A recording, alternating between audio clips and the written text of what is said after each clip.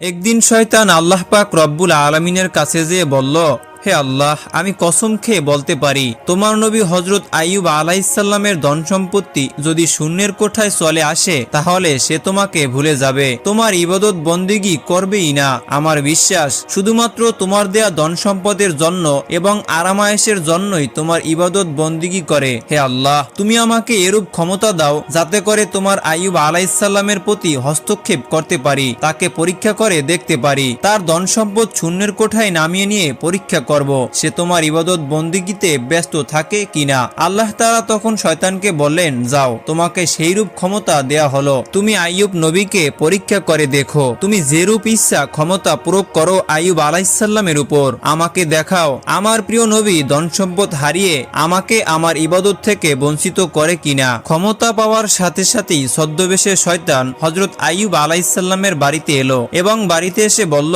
হুজুর, আমি নিতান্তই গরিব এবং অসহায়, আমাকে কিছুটা সহযোগিতা করুন এবং আজকের রাত্রি আমি আপনার বাড়িতে থাকতে চাই, আমাকে অনুমতি প্রদান করুন। হযরত আইয়ুব আলাইহিসসালাম লোকটিকে দেখে এক প্রকার সন্দেহ পোষণ করেছিলেন, তার শরীর থেকে রীতিমতো দুর্গন্ধ বের হচ্ছিল, তাই তিনি বললেন, তোমাকে আমার এখানে থাকার কোনো ব্যবস্থা করতে পারবো না, বরং তোমাকে আমি কিছু ধন সম্পদ দিয়ে দিচ্ছি যাতে করে তোমার জীবনের সুখ শান্তি নিয়ে আসতে পারো। শয়তান হযরত আইয়ুব আলাইহিসসালামের এরকম আচরণে খুবই ক্ষিপ্ত হয়ে গেলেন এবং মলিন মুখে এখান থেকে বিদায় নিলেন। এরপর বিভিন্নভাবে চিন্তা করতে লাগলো কিভাবে হযরত আইয়ুব আলাইহিসসালামকে তার বশে আনা যায়। তখন শয়তান চিন্তা করলো নবীর ফলবাগানে আগুন লাগিয়ে দিব যাতে করে তার ফলবাগান নষ্ট হয়ে যায়। যেই ভাবা সেই কাজ। শয়তান আইয়ুব আলাইহিসসালামের ফলবাগানে গেল এবং একদম আগুন লাগিয়ে দিল।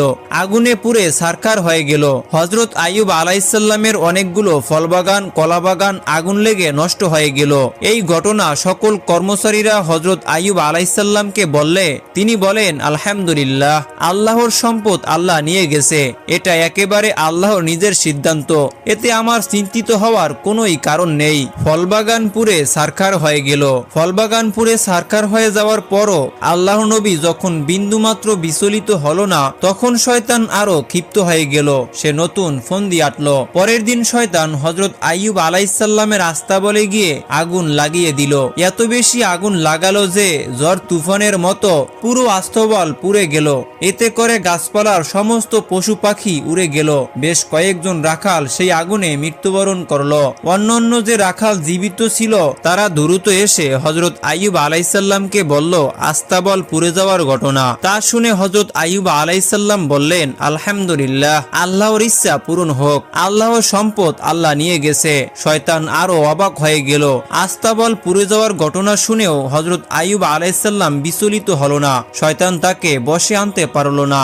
আর কি করলে তাকে বশে আনা যাবে, আল্লাহর ইবাদত থেকে বঞ্চিত করা যাবে? আমরা জানি হযরত আইয়ুব আলাইহিসসালামের 12 জন পুত্র সন্তান ছিল। তারা সকালবেলা মক্তবে একজন হুজুরের কাছে আরবি শিক্ষা গ্রহণ করার জন্য যেত। প্রতিদিনের মতো সেই 12 জন সন্তান সকালবেলা হুজুরের কাছে পড়তে গেল। এমন সময় 12 জন পুত্রের সেই ওস্তাদ কোন একটি কাজে মক্তব থেকে বের হলেন। এই ফাঁকে শয়তান আসলো। সে এসে মক্তবের ছাদ ধসে দিল এবং ছাদ ধসে যাওয়ার ফলে হযরত আইয়ুব আলাইহিসসালামের 12 জন সন্তান মৃত্যুর মুখে পতিত হলো। ওস্তাদ সেই সময়ে মক্তবে উপস্থিত ছিল না, তাই নিজেকে তিনি দোষী মনে করলেন। হযরত আইয়ুব আলাইহিসসালামকে কি জবাব দিবেন সেই ভয়ে তিনি আইয়ুব আলাইহিসসালামকে সমস্ত ঘটনা খুলে বললেন। এসে বলল, হুজুর, সর্বনাশ ঘটে গেছে। সকালবেলা আপনার বাচ্চারা যখন মক্তবে ছিল তখন কিছু একটা কাজে একটু সময়ের জন্য আমি বাহিরে গিয়েছিলাম। এসে দেখি ইমারত ধসে পড়ে মক্তব লন্ডভন্ড হয়ে গেছে এবং আপনার 12টি পুত্র সন্তান মারা গেছে।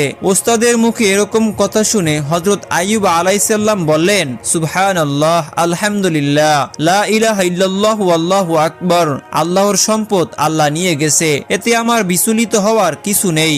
শয়তান এসব দেখে আরো অবাক হয়ে গেল।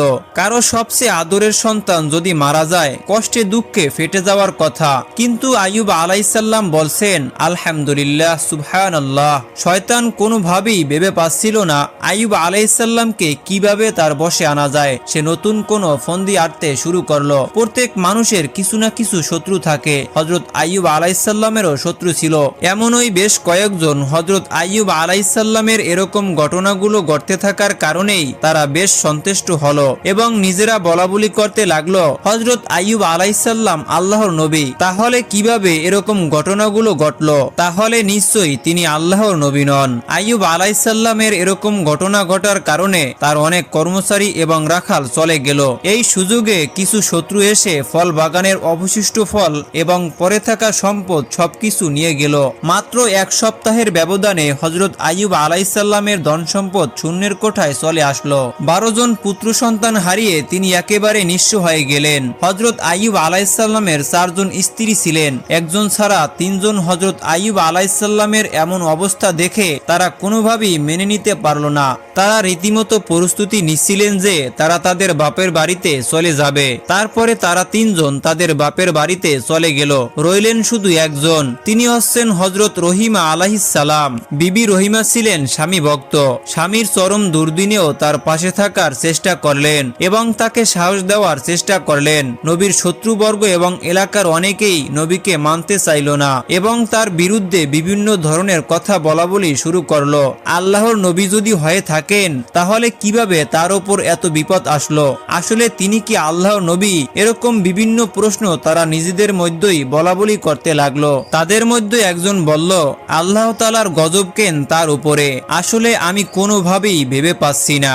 এত কিছুর পরেও শয়তান কোনোভাবে খুশি হতে পারল না, কারণ তখনও আইয়ুব আলাইহিসসালাম পূর্বের ন্যায় একই রকম মনোযোগ নিয়ে আল্লাহর ইবাদত বন্দিগিতে ব্যস্ত হয়ে রইলেন। তিনি কোনোভাবেই তার ধন সম্পদ স্ত্রী সন্তান হারিয়ে বিচলিত হচ্ছেন না। তাকে দেখে যেন মনে হচ্ছে তার এই বিশাল ধ্বংসযজ্ঞ সম্পর্কে তিনি যেন কোনো খবরই রাখেন না। তার মধ্যেই কোনো হায়-হুতাশ আফসোসের চিহ্ন ছিল না। হযরত আইয়ুব আলাইহিসসালাম তার ইবাদতের ঘরে যখন ইবাদত করছিলেন তখন সে ঘরের পাশ দিয়ে কিছু লোক যাচ্ছিলেন। তখন তারা তাকে বললেন, হে আইয়ুব আলাইহিসসালাম, তুমি নবুয়তের দাবি পরিত্যাগ করো, কারণ তুমি নবুয়তের দাবি করে সমূলে ধ্বংস হয়ে গেলে। এর চাইতে তুমি নবুয়তের দাবি পরিত্যাগ করো, এটাই তোমার জন্য মঙ্গল হবে। দেখো, আমরা নবীও নই আর আমরা গজবে পরিণত হয়নি। এভাবে লোকজন হযরত আইয়ুব আলাইহিসসালামকে তুচ্ছ তাচ্ছিল্য করতে লাগলো। তখন হযরত আইয়ুব আলাইহিসসালাম তাদের কথায় কোনো কর্ণপাত করলেন না। তিনি ইবাদত বন্দিগিতেই ব্যস্ত হয়ে রইলেন। তবে পূর্বে যেভাবে মানুষের সাথে মেলামেশা করতেন সেটা কমিয়ে দিলেন। শুধুমাত্র আল্লাহর ইবাদত বন্দিগিতেই নিজেকে ব্যস্ত রাখলেন। এসব দেখে শয়তান কোনোভাবেই মেনে নিতে পারছিল না। এত কিছু করার পরেও হযরত আইয়ুব আলাইহিসসালাম আল্লাহর ইবাদত বন্দিগিতেই ব্যস্ত হয়ে রইলেন। তখন শয়তান মনে মনে ভাবলেন তাকে